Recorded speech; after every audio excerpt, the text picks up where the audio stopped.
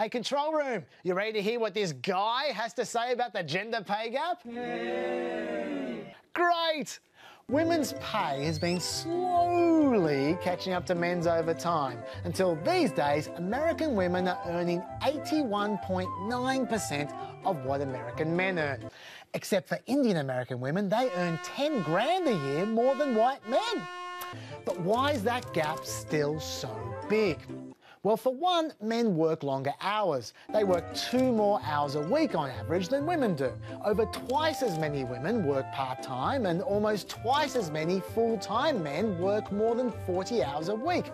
But it's not just that, because even when people are paid in hourly wages, women still only earn $13 an hour compared to men's $15 an hour. Maybe it's because men and women choose different jobs. The 10 most male-dominated jobs pay $1.50 an hour more than the 10 most female-dominated jobs. This process is called occupational sorting, and according to some estimates, it accounts for half the total pay gap. But what about the other half?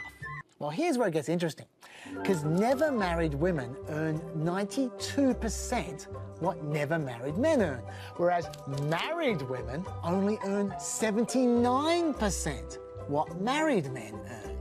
And women without kids under the age of 18 earn 86.6% what men without young kids earn, whereas women with kids under 18 only earn 75% what men with young kids earn. And here's a really strange bit. While women earn 4% less for each stay-at-home child they have, men earn 6% more for each stay-at-home child they have. Which is why the average college-educated man can improve his earnings by 77% between the ages of 25 and 45. But the average college-educated woman only improves her earnings by 31%. Even enlightened little Denmark, which is far too Nordic to be sexist, observes the exact same pattern. Men and women start off earning about the same. Then they have a baby, and the man's earnings go up and the woman's earnings go down. And by the way, the same thing happens even when the woman earns more than the man. She still is the one to take the decades-long pay cut. So should we blame the Danish? No, it's everyone's fault. In 2013, 51% of Americans said children are better off if the mum stays home. But only 34% said children do just as well if she goes to work. That compares to 8% saying children are better off if the dad stays home, and 76% saying they do just as well if he goes to work. And we carry those social biases around with us all the time, which is why 42% of working mums have to reduce their work hours, compared to 28% of working dads. 39% of working mums have taken significant time off work, compared to 25% of working dads. Mums with kids under 18 spend 14 hours a week doing housework, compared to dads 9 hours. And working mums spend 11 hours per week on childcare, compared to working dads 7 hours. And who does the work of managing the children's schedules and activities? Mostly mum.